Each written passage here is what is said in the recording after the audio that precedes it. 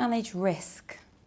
All right, so this is a great question about risk and volatility. A lot of time people mix volatility. And if you go back and read Warren Buffett, Berkshire Hathaway, they have letters, and you can go to the website, they're all available free.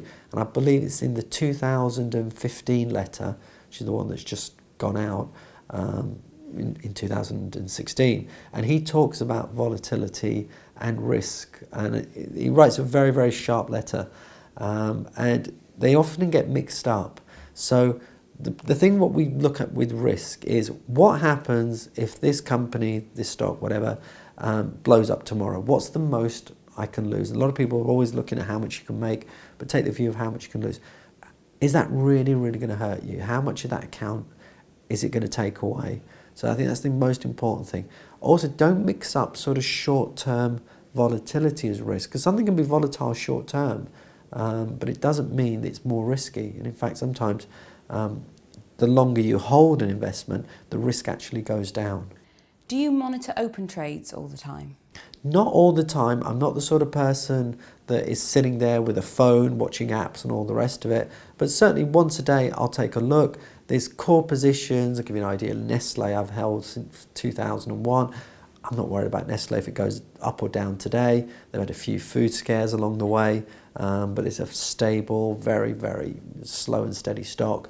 I've got no intention to sell that anytime soon. So, I'll have very longer term holdings that I won't even worry about. But on the whole, I'm not glued to a screen all day. What methods do you apply when your analysis or positioning is wrong? Okay, so this is where, again, technical analysis can help us. Something like a moving averages or two moving averages crossing. They can tell us basically, look, you're wrong, because you bought it at one price, it's clearly not going the way that you thought. And when I've been talking so far about things going up, obviously I trade things to go down as well. So sometimes we actually want something to go down and it's not, it's going up. So we're wrong on that side as well. So using some sort of an exit, and that's the important thing, we've got an idea of where we're going to get out, whether we're right or whether we're wrong, some sort of an exit point. So that's what I'm looking at. But that's the main reason that I'm using them. That's where charts can help, because it takes a bit of the emotion out of it as well. What if you've got a strong conviction about a trade but the price keeps moving against you? What do you do? Right, and that's the whole point, in that you've got it wrong, and you've got to admit it. Back to what we said about being humble. You can have a great conviction. Now, if you want to, I hate to say word, but gamble. If you want to risk $500, £1,000, whatever, on something, take a bit of a punt. Then fine, by all means, you've got a strong conviction, but take that as risk money. Don't put your big money into that.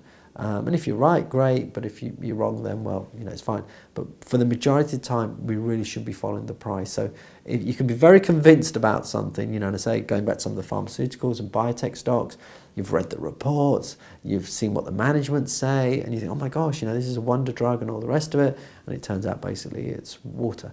And then the price tells you what's going on.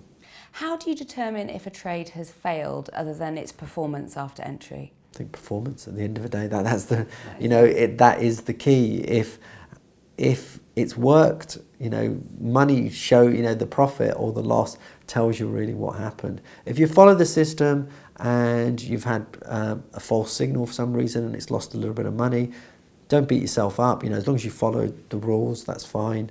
Again, you can withstand lots of losing trades. Let's say, for instance, you lose £100 on 6-7 trades, and then the two good trades make £500 each. You can still come out ahead, even though your win-to-lose ratio is really, really terrible.